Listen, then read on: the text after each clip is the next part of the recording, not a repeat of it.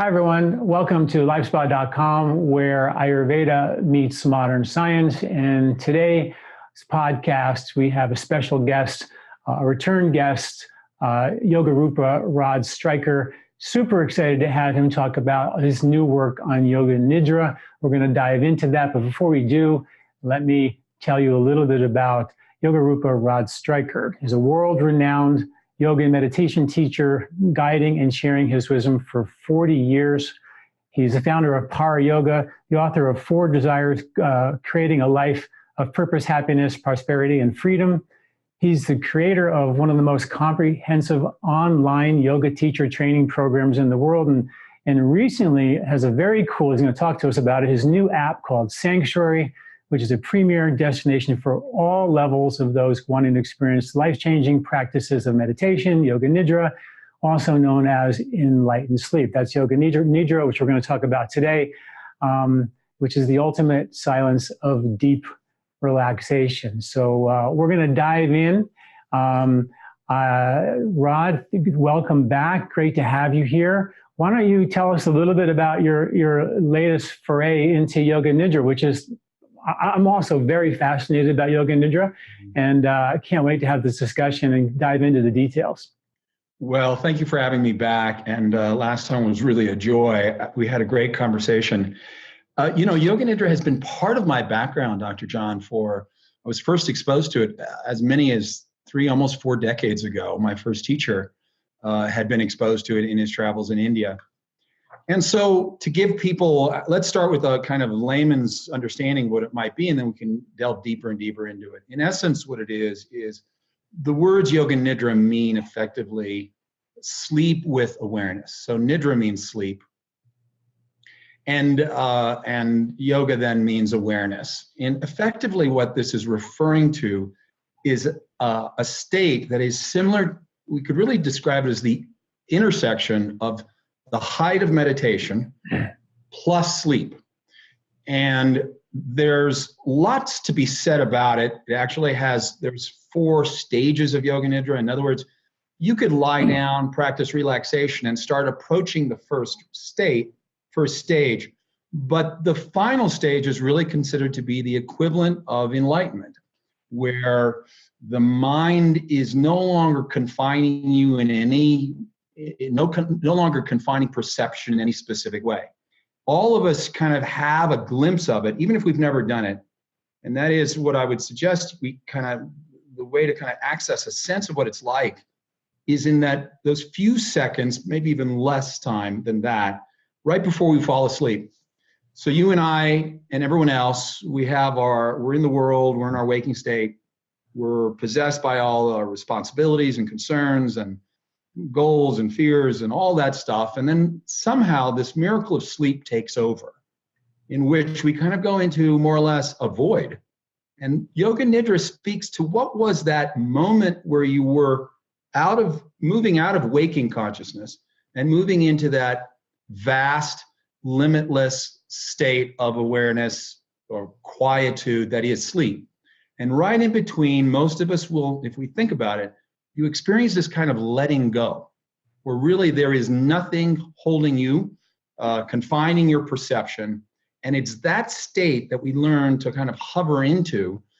And ultimately now, there hasn't been a lot of clinical research in the West about it.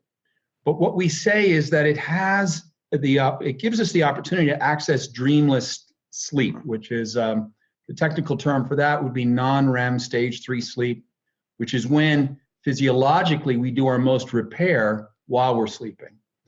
So that's just a little bit of a brief entry into what it is all about. In essence, it is the intersection of meditation and sleep. Now, we know that there's different states of consciousness. There's waking, dreaming. There's states of higher level of consciousness, higher level of self-awareness. And, I understand Yoga Nidra to be that technique where you obviously, it's traditionally done lying down. And I love you to describe the process of going into this deep, deep relaxation state so you become more self-aware. And when you are in that self-awareness state, you sort of transcend thinking, you drop into that kind of quantum field of consciousness where we all come from. And in Ayurveda, the cause of disease is called the pragya, the mistake of the intellect, where the intellect starts to think it's something special, something different than that field. And isn't Yoga Nidra one of those techniques, like meditation, to kind of restore the smriti, the memory of pure consciousness? And then what are the potential healing effects of dipping the cloth in the dye of that consciousness on a regular basis? Well, this is one of the reasons, that question is one of the reasons I love speaking with you. And because really you've introduced some really critical ideas, and that take it out of just a pure physiological phenomenon, which Yoga Nidra, again, I touched on, is profoundly effective at, restorative and regenerative. But really it's speaking to something quite profound, even sublime. And you've addressed it. So the teachings of yoga and Ayurveda, there's a huge amount of intersection and overlap. And indeed, what you began to describe is the three normative states that all human beings go through and that we're in at any given time: waking, dreaming, and deep sleep. And the way these seers and ancient sages began, what they revealed and what their experiences began, when they began to share their experiences, they proposed this. They proposed that in the same way that when we're in the dream state, effectively, most of the time, we experience it as real. In other words, when we're actually dreaming, whether we're running away from something or we're running towards something, or we're experiencing a certain fantasy being fulfilled or our greatest horror being fulfilled, we may wake up from the dream relieved or disappointed. And the fact is that our experience was that it was totally real while it was happening. Now we come out of the dream and we can objectify what was going on in the dream.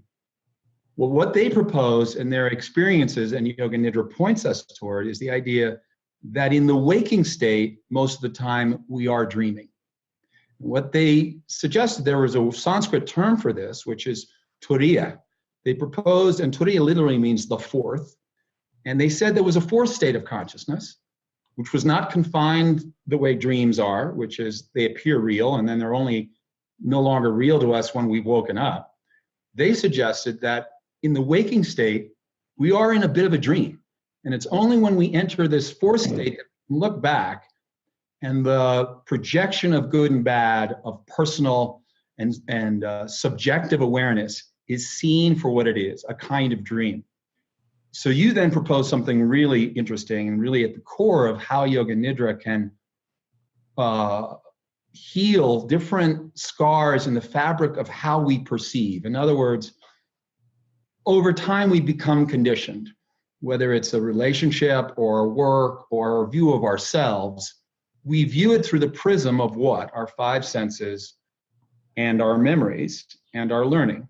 And so the proposition of Yoga Nidra is that by experiencing the vastness of consciousness, we now understand ourselves to be something other than our likes and dislikes and preferences and personal beliefs and things like that. So truly it's a way of waking up. It's why I call Yoga Nidra, I call it enlightened sleep. It's actually a process of decompressing, in a sense, taking off the perceptions that we wear and that we live by in order to get a more vast view of ourselves, and thereby see ourselves, see that part of us that is unchanging and unconfined. And from that perspective, we can begin to objectify even our own beliefs. You know, one of the things I say is we all can see the faults in people whom we're close to, or not even necessarily the faults, just the weaknesses in how they don't see themselves. So what this is suggesting is that when we tap into that field of limitless awareness, we can now begin to objectify ourselves. And as a result of collecting those experiences, use the word memory or smriti, we now begin to have a different and altogether different view of ourselves. And as a result, the feelings and the thoughts and our behavior begins to reflect us being able to objectify ourselves in light of the vastness of which we really are a part. I hope that makes sense. Yeah, no, it's beautiful. I think it would be great if you could just, I mean, not obviously take us through Yoga Nidra, but take us through the steps to that you take people through to get down to that heightened state of awareness. Well, I should first acknowledge that there are a variety of systems being taught and now being popularized. When I began teaching Yoga Nidra about 30 years ago, very few people had even heard of it. And now it's one of the main features at almost all yoga studios in the United States as people are teaching Yoga Nidra. And we can talk about why in just a moment. I want to just address this idea that a lot of what is being practiced as Yoga Nidra is more geared toward the process rather than aiming toward the state that you and I have been talking about so far. In essence, the state is not so far away. It's like this proverbial fish swimming in water. The fact is that the state we're describing and the qualities of that awareness that we're describing, they're already here. We don't, in fact, have to create them. We don't have to recreate those states. All we have to do is relax our perception so that we experience it. So what that speaks to is really in the simplest processes of Yoga Nidra, it's really just a few steps. The first one is to step into a quality of non-doing. Now that is easier said than done, but for instance, there are really steps where, one example of how I'd lead people in, and this is a kind of what I call the 3 essentials practice, which is essentially it would be to first become aware of the sounds in your environment. The more distant, the better. And then progressively become more aware of the sounds closer and closer to yourself. Normally, a huge amount of our attention is moving outward. So this is just that first step to begin to draw attention inward toward your own body. Next, you might become aware of the sensations and specifically where you're holding tension or restriction or contraction. And so for many of us, that might be the neck and the shoulders and the arms. We then ask people to very slowly just step into the intention to let go of the restriction, those sensations of tightness in your body. Once you do that, you've now drawn inward. You've begun the process of shifting from a sympathetic activation of the autonomic nervous system to a parasympathetic. In other words, the muscles are beginning to soften. And the next step will be that our breath will start to slow down. I then ask in that state for people so that's the first step. And then I should say it culminates in this idea that you're no longer holding yourself, but that you're being held. You're no longer the doing. You're actually experiencing the sense of the more you let go, the more you're supported. It's kind of, if anyone in your audience has done restorative yoga, where you're literally just dropping more and more into the floor is what really, I think, the practical experience of that is. And that's kind of a catchphrase I use consistently, which is the more you let go, the more you are supported. And that almost is antithetical to the way most of us live our lives. In other words, we feel like we have to do something in order to be okay. So now Yoga Nidra is really flipping that on its head. The second step then would to become aware of your breathing. And we can either give the cue to follow or to shape the breath for, say, 2 to 3 minutes, with an emphasis on the breath being in the diaphragm, the lower abdomen. In other words, reducing the amount of the breath or the dominance of the breath in the chest, which is indicative of being in a sympathetic rhythm and kind of under the influence of stress. As you become more relaxed, your breathing will drop into the abdomen. And now maybe there's 2 to 3 minutes of just shaping the breath consciously down there, eventually then seeing the rhythm move involuntarily, and then giving some additional cues about how, as you relax, the rhythm will become slower and calmer and more shallow. And where that step culminates is I give the guidance or the direction that you are no longer the breather. You are the one aware of the body breathing. And while that, I can describe it to you, even in the sequence that we do it, but through a progression of very simple steps, we can lead people to have that experience that they are not the breather. They're the awareness of the body breathing.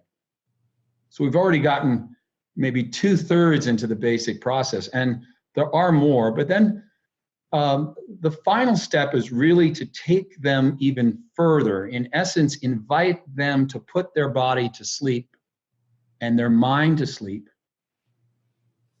while they maintain that awareness of restful spaciousness. Now, because there's no effort in it, really the game is all about becoming increasingly effortless. Even the word relaxation is a tricky term. Very often people don't know how to relax. So it's not a word I use a lot. I actually describe the idea of directing or moving toward an increased state of effortlessness. So relaxation really means less effort. Is sleep sort of a tricky word, because everybody thinks when they're asleep, but we're not really talking about sleep here. Can you help differentiate the sleep that you're talking about and the sleep that most people are familiar with? Well, sleep, in writing the book and researching for the book, it's a remarkable process. And in fact, it's one of our maybe the most eloquent biological function that we have. REM sleep, that's the sleep that's associated to dreaming, it's kind of a miracle drug for us psychologically. It's when we start connecting life experiences, or we start reviewing. Our brain actually goes into this process of reviewing memories and literally pruning away the memories that are no longer helpful and useful to us. It was actually now they noticed that of all the primates, we dream far more than any other primate.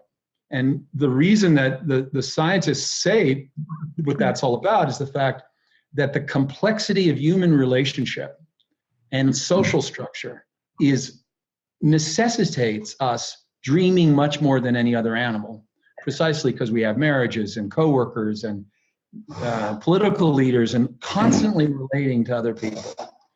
When we go through a normal night's sleep, a lot of it is in and out of dreams.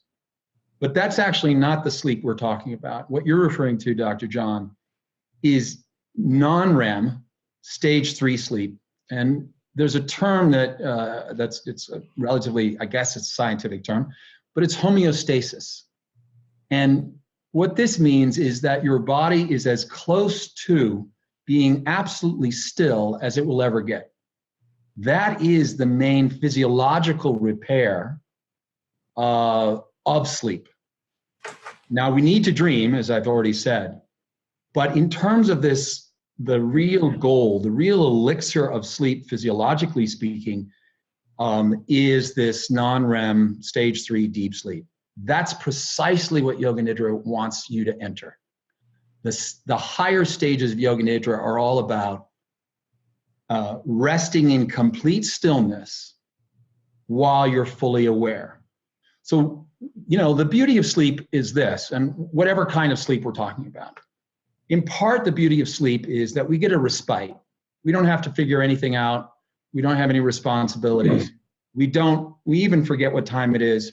And hopefully, if we had a good night's sleep, it went by very fast and it really didn't feel like we expended 7 or 8 hours sleeping. That almost defines good sleep. So we enter into this kind of elegant abyss where really it's the domain of what these sages and seers of yoga and Ayurveda accessed in order to download all of this extraordinary information. In essence, that higher state of consciousness is present when we're sleeping, but since we're asleep, we're unconscious of it.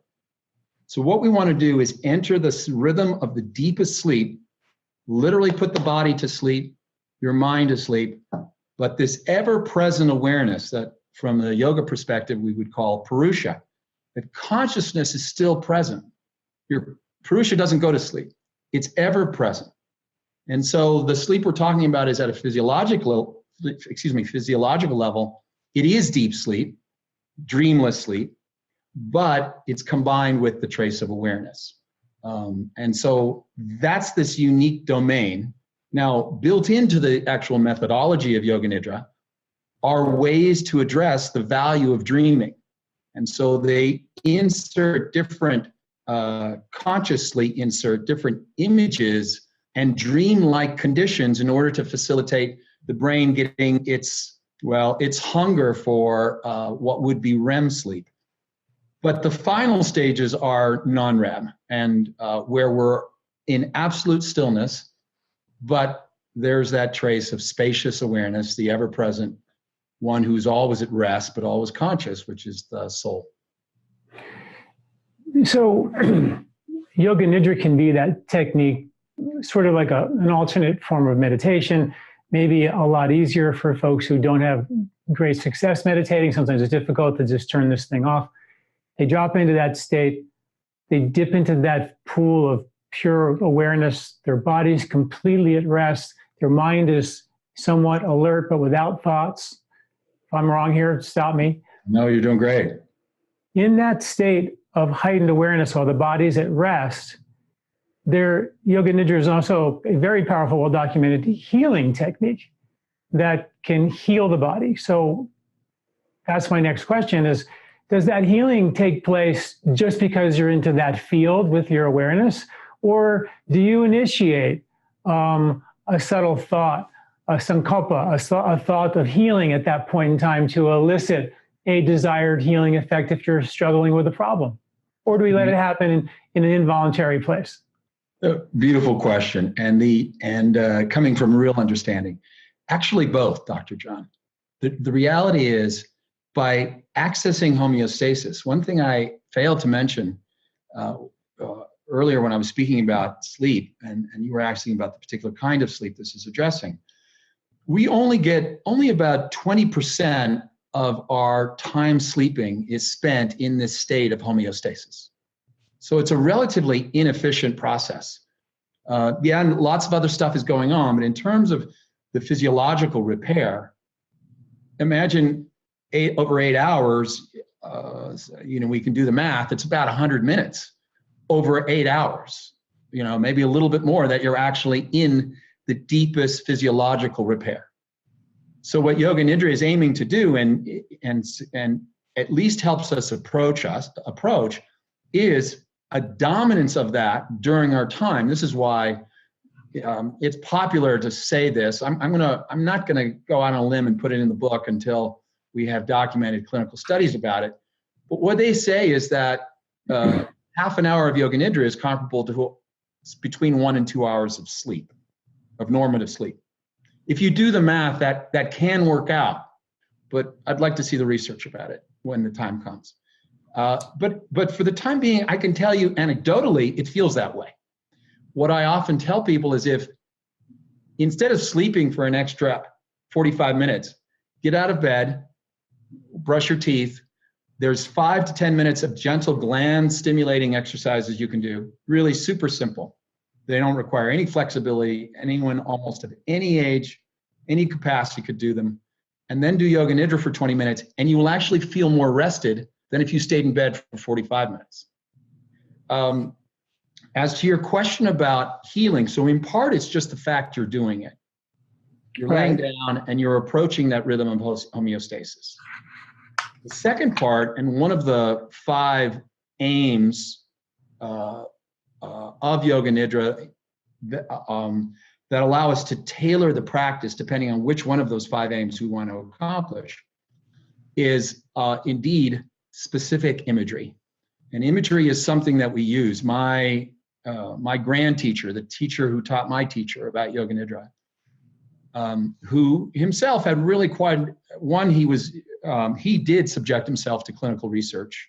One of the first yogis to come to the US and actually in the Menninger Institute in Kansas, he was put under all of these tests, and one of which he wanted to prove that he was simultaneously could be conscious and asleep. So his EEGs, EKGs show deep sleep, but he asked that they have conversations around him, which essentially when we go to sleep, the prefrontal cerebral cortex, basically there's no more messages there. And when we're asleep, we're hearing conversation, but we're not actually taking them in. But he was able, while clinically asleep, to recount completely the conversations that were happening and the content that were happening around him. So he was demonstrating the fact you could be conscious and asleep at the same time, which in the 60s was just everyone imagined that to be impossible. I lost my train of thought here, but what he said actually was this. What he said was, and later in his life, he was actually diagnosed with cancer. He was told he would have 6 months to live. 6 months later, the diagnosis failed to come true. The prognosis didn't actually take place. He lived past that first prognosis. And he did that for almost 8 years. And one form of cancer would be cured, and then another form of cancer would show up 8 months later, and then that would go away. Turned out that he had some very important things to do, which was several humanitarian projects in India, including building hospitals and schools. When that was done, he stopped curing these cancers that were coming. And he said the secret to that healing, or the process involved in that, was visualization. And specifically what you addressed, which is as one is approaching, before one reaches the final stages of Yoga Nidra, and then again when you come out of Yoga Nidra, that you apply an image. And I will tell you that what he taught was that it's an image of our own making. It's not something I tell you about or impose on you, but rather through the introductory steps of Yoga Nidra, you reflect on your disease state and, in a sense, allow an image to come forward of the disease state. And then you then you move through these steps of relaxation. At least part of the way through those steps of relaxation, the image and the memory of the disease have completely faded. They now have completely dropped to the wayside. You now enter this rhythm of the deepest rest combined with awareness. And now, upon moving out of that state, you go to the opposite. You, in a sense, create an intention for the image of the healing condition that you need, the antidote to what you previously saw, to arise. And so now you have your own healing image. And then in these last few moments of the Yoga Nidra practice, again, you've reached the height of the practice, and now it's in this dreamlike state where you're not in the depth of it, but you're moving out of it. Now you recreate the image in the deepest state of healing possible. And you rest in that image for a matter of minutes. And you're probably very familiar with the research about how this speeds up the healing process, and it triggers how imagery triggers healing processes throughout the body and shifts in our emotions as well. How we actually relate to our own disease state also changes, how we relate emotionally and intellectually around our own disease states. Okay, so let me get this straight. And by the way, Rod has an app called the Sanctuary app where you can get guided to some Yoga Nidra practices. And of course, he has a book coming out called Enlightened Sleep through Sounds True that's coming out in a bit. So what you're saying is that you drop into that deep state of heightened awareness while the body's at rest. You have an image of the problem.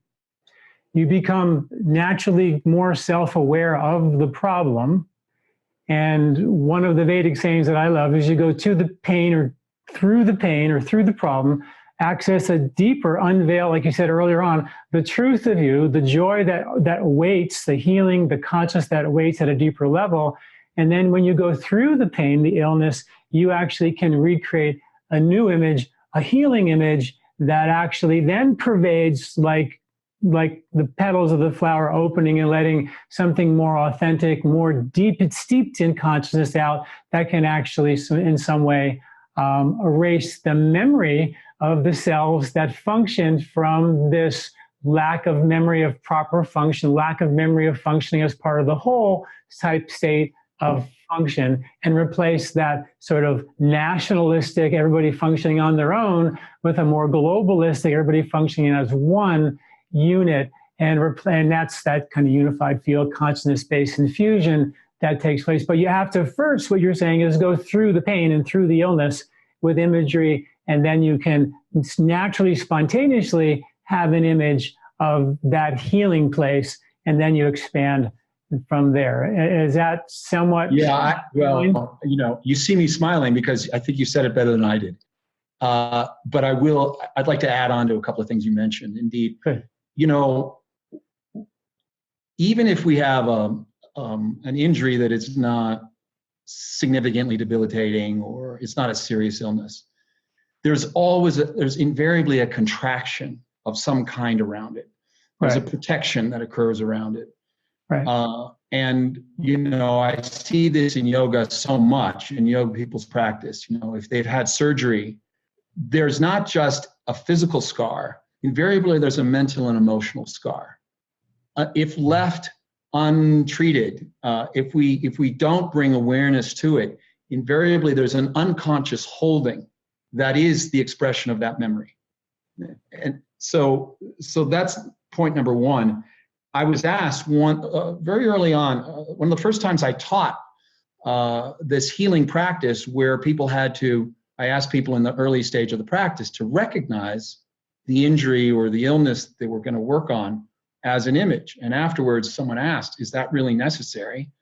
And I absolutely said it was, precisely so that we could bring a higher or expanded vision to the injury or the illness, such that we could begin to alleviate the unconsciousness around it and the scarring around it. And one of the ways I describe that process, the whole of the process, the whole arc that you just described, is the idea of, if we're trying to water a plant in which the soil has been dry for too long, the water can't be received by the roots.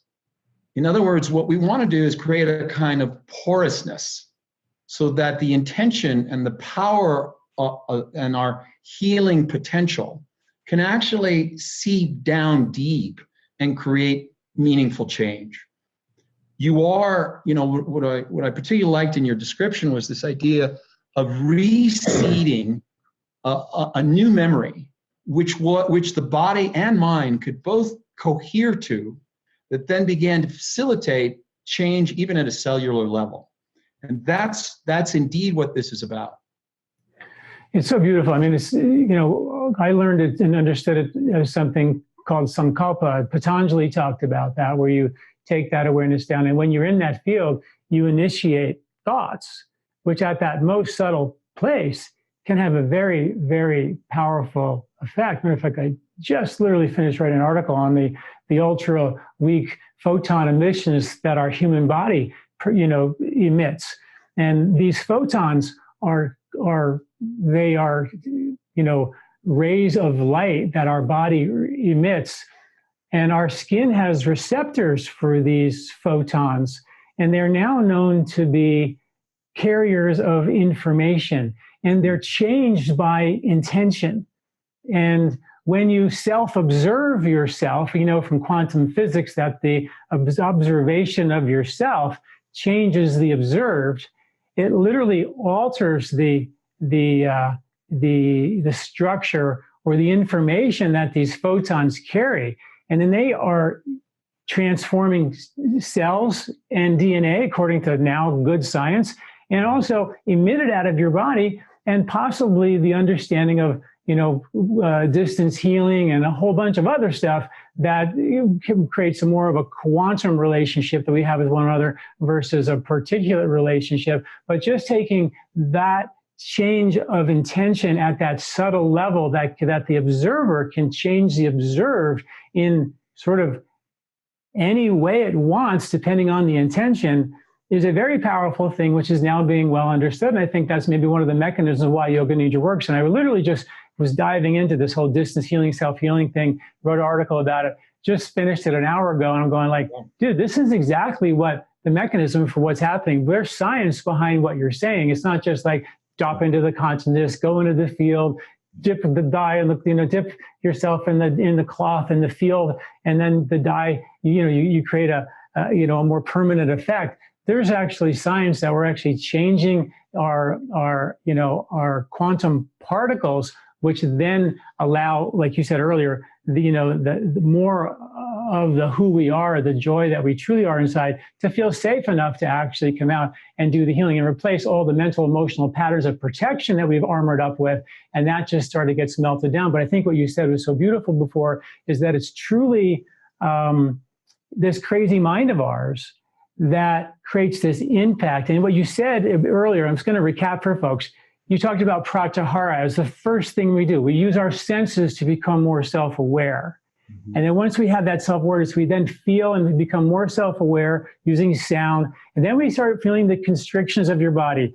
This is an old Ayurvedic technique called becoming aware of the marma points on your body, which are the junctions of consciousness and matter. When you become aware of those places, you create heightened awareness at that place. And then you become aware of your breath, you said. And the breath is that junction between the body and the mind, the anamaya kosha and the manomaya kosha. And the pranamaya kosha is in the middle. It's the mind-body connector. So then the breath starts to connect the mind and the body. And once you have the mind and the body and the prana connected, you're set, because now the body is naturally self-aware. All you got to do is drop into the Vijnanamaya kosha and the Anandamaya kosha, and you're now accessing the bliss. So it's a beautiful. I just finished filming a Ayurvedic psychology course with Yoga Journal. It's coming out in about a month, and we use the map of the koshas to drop from the body to the prana to the mind, and then drop into the bliss sheets and then let them out using yoga breathing meditation, not Yoga Nidra, which is another.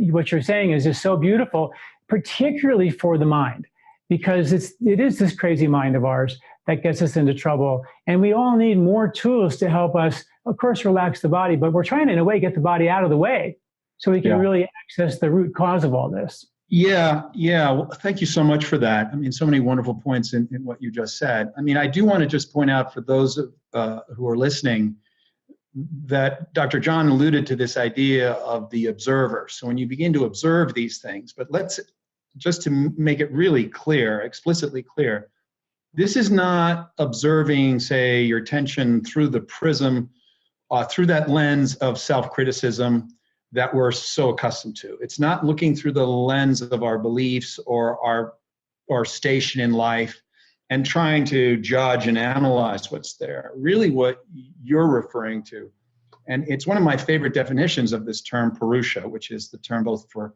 consciousness, but that what in our vernacular would be soul. So what I understood, one of the etymological roots of that is Puru means city or vessel, and Sha means that which is at rest. So the Purusha is the one that's always at rest in your body. In other words, it's the thing that's always at home. And it of itself is this awareness. It is the power behind what you perceive. It is the power of perceiving itself. So one, it's always at rest, as you mentioned several times. Inherently, it is joy. And then part two is it's inherently the seeing power. So that's a little bit more on the, let's say, cosmic side. But you've alluded to something a couple times, and I wanted to be certain that in our discussion about Yoga Nidra, it's not something that got left off. And you've begun to hint at it. So let's just say it. The fact is, I've taught meditation and practiced meditation for 40 years.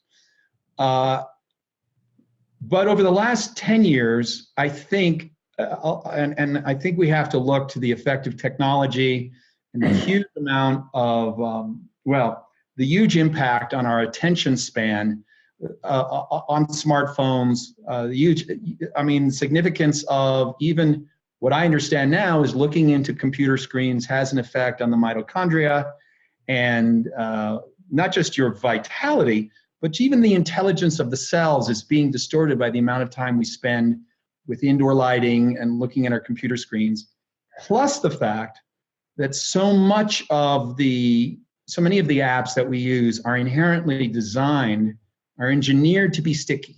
And the way they're sticky, the way they keep us coming back for more, is they produce endorphins. And they elevate dopamine levels. And so now what's going on is that the reason we get stuck on Instagram or keep checking it all day is because each time we do, we get a shot of dopamine. And we get shots of dopamine that my understanding is they're multiples of the way we used to get dopamine.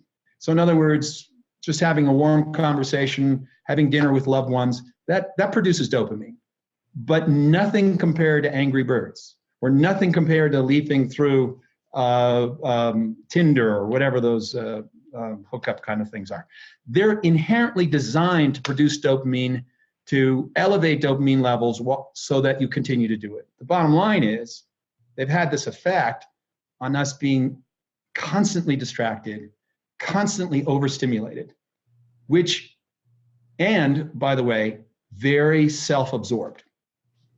Every Instagram post, people are aware of not so much what they're doing, but how it will reflect on their social media.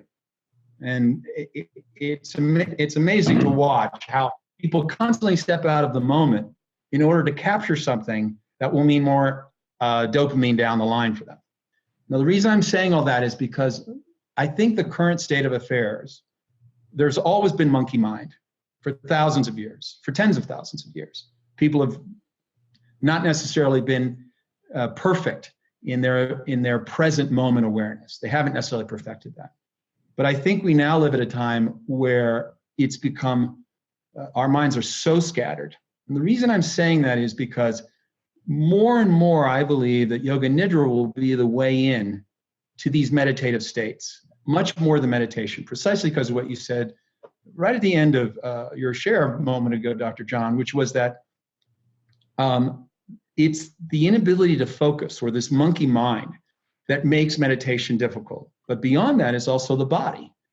Like if you sit still for 3 to 5 minutes, chances are you'll start to experience those aches and pains. And it's hard to know what to do with them when you're sitting upright. The value of lying down and being absolutely comfortable so you can forget about your body, as you said, that's the goal. In essence, not to be stuck on the outside, but to go through these ever more refined layers in which we're able to approach a more accurate or true version of who we are, is made much more possible when we're comfortable. So between the level of distraction in the current age and the difficulty of moving past the body, it's for those reasons that I find Yoga Nidra may just be the entry point into these states of awareness that you and I have been describing since the beginning of our conversation today, much more than sitting meditation. It's not to say that they're absolutely the equivalent, but they're so closely related and so interrelated that I think if people get to glimpse that state of meditation through Yoga Nidra, that meditation will actually come more easily as a result. Yeah, I think you make such a beautiful point. I think the old adage was if you lie down and try to meditate, you're going to fall asleep, so you're just going to go to sleep. Right. But what Yoga Nidra provides is a way to lie down and actually not go to sleep, but That's to right. maintain that heightened awareness. And one of my favorite analogies that I've written a lot about and talk a lot about lately is the Donner Veda, the Veda of transformation, the Veda of the bow, where when you pull back the bow, if you are moving this thing around everywhere, who knows where the arrow is going to go. But if you pull back the bow and establish being, perfect silence, and then release the arrow from that place of silence, perform action from that place, which is, yoga style Kuru Kamani. It's the whole point of the Bhagavad Gita, which is to take action from that place of stillness, is sort of what Yoga Nidra gets you to. It leaves your body, which is maybe broken down in the pain alone, allows you to drop below it, heighten, pull back the bow and get to that place where we can do the healing and create that inner relaxation, and then let that inner access of consciousness, peace and calm, do the healing. Where I think you're so right that meditation, is challenging for a lot of folks. And, when you ask people like, I meditate, but how many people do it regularly? You don't get great numbers, because I think it's a challenge for us to slow slow down. And I couldn't agree with you more. I was talking to my kids. I have 6 kids. I have still 2 in high school right now. And I was telling, I quoted, I worked with Deepak Chopra for many years, and I quoted an old quote of his, which I said that he used to say that our inner space in between our cells is proportionally as void as intergalactic space. It's like a classic Deepak quote, right? Yeah. And I was like, and I was just giving my kids that analogy, like, there's this incredible world of reward chemistry out there, but as proportionally as void as the stars is what's inside your cells.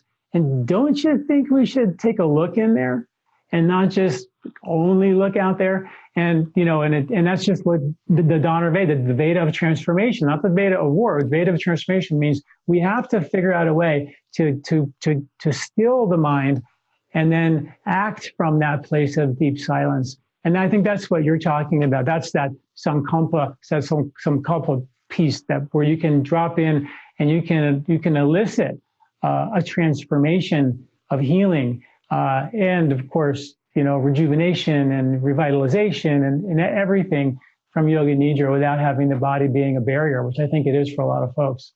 There's a valuable piece of Yoga Nidra as well, and it's related to what you just described, which is that it's also a way to understand or to use the practice as a mirror.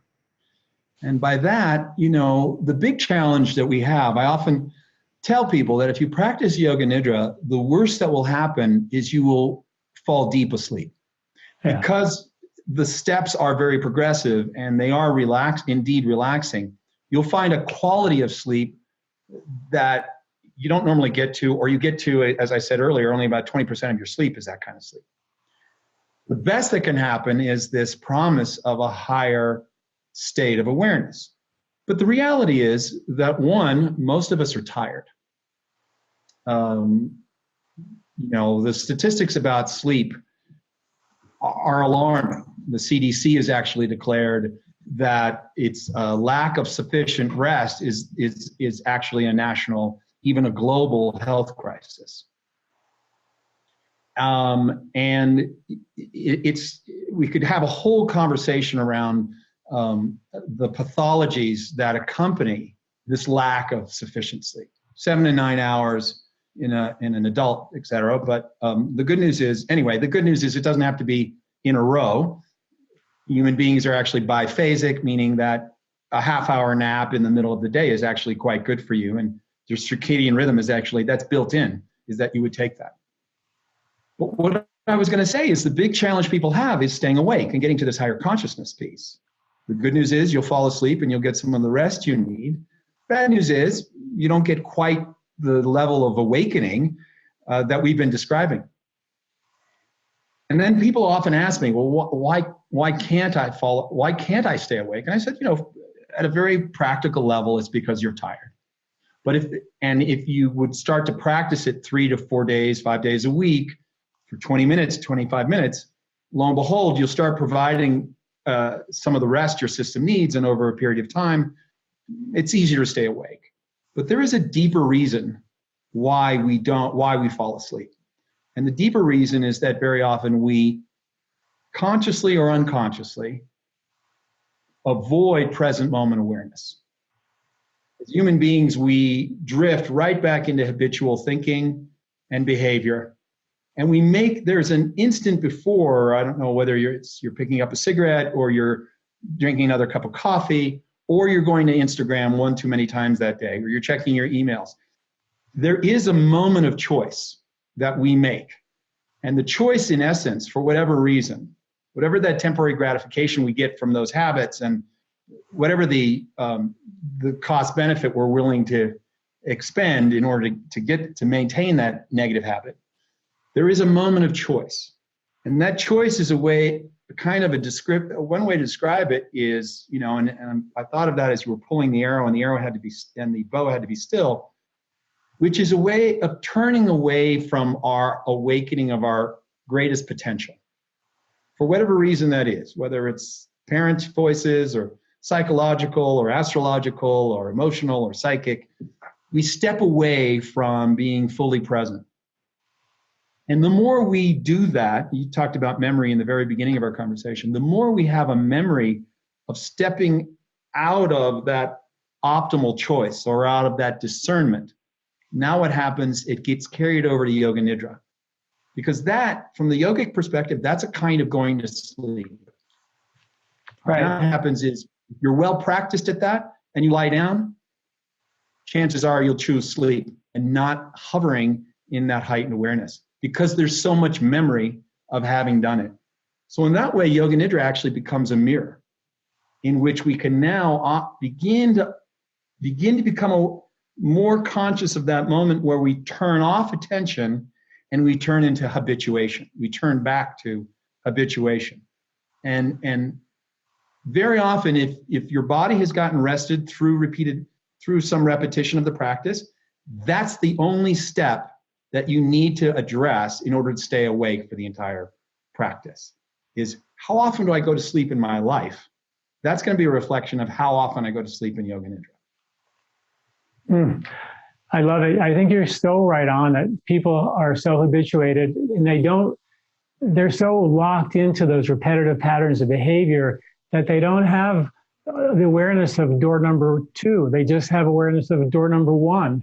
And they just keep going down door number 1, door number 1, door number 1. But with this practice of self-awareness, Yoga Nidra, you begin to realize there's door number 2, and I never saw it. It was always right there. And you can, at some point, after, getting clobbered in door number 1 enough times, you'll experiment with taking a choice and having that choice to become more self-aware, and as opposed to doing that instant gratification reward chemistry thing is just a beautiful, beautiful sentiment. It reminds me of two of my very favorite sayings in Ayurveda. One is to do less and accomplish more, and which is what we practice in Ayurveda is, trying to get with the rhythms and, make life a little easier for yourself. Definitely happens with technology. We get to do less and accomplish more. Mm-hmm. But the ultimate goal of Vedic science is to do nothing and accomplish everything. And that is what you're describing. When you drop into that place where you're fully at rest, but fully alert at the same time, that's invincibility. That's what the whole Donner Vade warrior, spiritual warrior thing was. No one could ever take you out because you're deeply rested. Even while sleeping, you're fully awake. So nothing could surprise you. You're invincible from fire or harm in every way because you are the eye of the storm. You're the eye, the calm, and you're the winds that are powerful, but you're coexisting these opposite experiences and you're living them in every day of your life. So you take that Yoga Nidra with you into your life. It's not just something you do on the floor. You take it with you, right? That's the whole point. And you walk it like you said, I think I read some studies that show that the brainwave patterns of Yoga Nidra includes boosted alpha, boosted theta, and boosted gamma. And gamma is a very high conscious state, which actually lingers and can stay with you, carrying that conscious awareness with you into your life. I love your comment on that. I'm sure you know a lot more about that than I do. Well, the thing I was asked recently, it reminds me, I I did a podcast a couple months back and by a student of mine who's actually a great interviewer and really smart. And she asked me to kind of reduce it down. She said, so why does it work so well? One of the things that, commenting on what you just said, Dr. John, is the idea that even if see what we're doing is we're really approaching this innate state of joy. That some of the yogic texts actually say that the state of happiness that we experience in life is actually a glimpse of the innate joy that is us, right? So while we're starting to relax, even if we don't make it to the end, we're starting to experience that joy, which now we have a way of objectifying our normal life experience. But this woman asked me, she said, so why does it work so well? And looking back, even as I was answering her question, I realized I was giving too technical an answer. But I went on and on and on. And then, I think she was satisfied with my answer. I got home and I thought, you've got to find a better answer. You got to find something that really is efficient and speaks to the heart of it. And here's it in a nutshell and addresses what I think in a way, encapsulates what you just said. I think everything about modern life we could look at two things are happening. One is acceleration. Everything gets faster and faster. Every iteration of my phone or my computer or my camera or everything is about speed. So things are getting faster and faster. And we could make the case that we're beginning to even outpace our body's ability to assimilate and digest, as well as our mind's ability to assimilate and digest everything that we're taking in. Number two, there's greater segmentation or division in all of this acceleration. In other words, more and more information, but they're divided and they're bit-like. What I would say Yoga Nidra is all about, and what stimulated was your mentioning of the gamma wave in the brain. There's no coherence. Without something like Yoga Nidra or meditation or deep reflective prayer, without time and silence in nature, there's a relatively short list of things that we can do where we create coherence, where our body begins to return to its own biological, let's say, optimal functioning. And coherence, where there's a unification going on, where, let's say, all of the tissues with their various roles begin to interact with what are they serving? What's the intelligence that they're all in the service of? My heart, my liver, the function of my red blood cells, my brain cells, my T cells, all of these cells, what are they in function of? What are they actually trying to support? Well, Yoga Nidra is what is in essence answering that question. It's in support of Purusha. It's in support of consciousness. And now it becomes a feedback loop where as we begin to return to consciousness, consciousness begins to inform all of the diversity that is both within our body and the world that we're interacting with. It's still a long answer to her question, but in essence, Yoga Nidra is shifting us from acceleration to slowing down, and from dispersing of our energy to recollecting energy and unifying that energy. And that, again, those are big words. The bottom line is it feels fantastic. When you do that, you really feel like you're back home again. And I think that's what the staying power of the practice is. And what people quickly begin to, when they experience it, they're quickly drawn to repeat it and to share it with their friends and their family, because there's obviously a lot of division within ourselves, a lot of conflict in the world we live in, and it's hard to find a unifying principle. And of course, the ultimate unifying principle is our awareness, is consciousness itself, and our own soul, spirit. So by approaching that, then Yoga Nidra, or that experience, begins to reunify and bring greater functionality, ideally optimal wellness at the level of the body and the mind and our souls.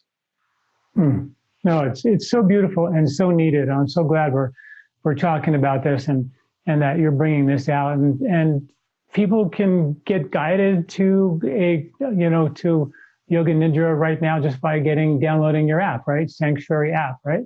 Exactly right. There's free content there, and then there's a subscription model where every month there's 5 new practices, meditations, as well as a new Yoga Nidra practice every month. And again, the beauty of it, we've said it, but it bears repeating. The nice thing is you really just get to lie down, be comfortable, ensure that you'll be warm, and then you're guided very systematically through steps that let's say your task, if we can call it that, is to become more effortless. So it's something that's accessible. My mom right now is in the hospital. She broke her hip on her 86th birthday, unfortunately. And it's something she's begun to do in her hospital bed. So it literally is anything practically anyone can do, and start right off to experience the kind of value and benefits that we're talking about. I'll send her some photons. Okay. And in closing, you mentioned, I don't know if you could do this briefly, but I think it'd be a great recap. You mentioned the 5 aims, sort of briefly. Sure. If you could just list those 5 aims, and then I'll let you go and get everybody to your app, and we'll go from there, okay? Okay. Well, we've covered a lot of ground. Yeah. So I'm happy to do that. So general healing, physiologically, mentally, emotionally, that actually is something that you and I touched upon. There's also the improvement of cognition, cognitive powers, which reflect on memory and also our ability to process. So improve memory, but also our ability to process emotions and experiences of the past so that we can more completely show up and be clear in the moment. So there's the cognitive element to the practice. You've mentioned this word several times, sankalpa, specifically to build sankalpa. And there's a very specific science articulated by my teachers and our tradition around how that's done. And it's how we build sankalpa. And let's just put it this way, through this process of getting deeply relaxed, ultimately entering into, and I'm using my words carefully, entering into a state of doubtlessness. This is actually a word taken directly out of the scriptures. So therefore, when you want to accomplish something, if it's accompanied by any measure of doubt, it's said to be an imperfect sankalpa. What we first need to do is relax to the point or to the degree that we entered what we could call unified awareness, where doubt cannot enter because doubt is based in duality. And from there, seed sankalpa. Sankalpa, healing. Then there's a process for specific healing that we already addressed in our conversation, and or transformation. So this fourth area is kind of an area of deep healing or transformation. Transformation relates to transforming old beliefs. So this would be at the level of the Vijnanamaya kosha. You mentioned the koshas before. This is at the deep intellect, level of the deep intellect, where we hold our deep-seated programming and beliefs, or specific healing. And then the final one is really Yoga Nidra as a spiritual practice, purely a way of awakening to that sense of who we are that ultimately is indescribable. Ultimately, we can't find the words to describe that, but one way of suggesting pointing to it is, it's that part of you that has no beginning or end, that's always new and yet never changing. Wow. And so that's the five. And again, I'll say that what I learned, our approach is such that depending on which one of those five we want to emphasize, the practice would change. So the actual template and steps change depending if we go from general healing all the way to spirituality. They change. There's overlap, but the practice can change. Sure. So for obviously, example, go to my app. If people go there, they'll find there's 4 sections, a peace section, a heal section, an empower section, and a spirit section. And that's a way of dividing these 5 different aims of Yoga Nidra. Beautiful. I will definitely download the app. Thank you so much, Rod. What a beautiful work. I mean, this is something that it's a lifelong practice. It's a practice that'll take you all the way, which is, pretty special and super easy, right? I mean, it's the simplest thing in the world, right? It is. It's just, again, the worst that's going to happen is you're going to fall asleep. The best that's going to happen is you're going to meet your maker. You're going to rest in your spirit.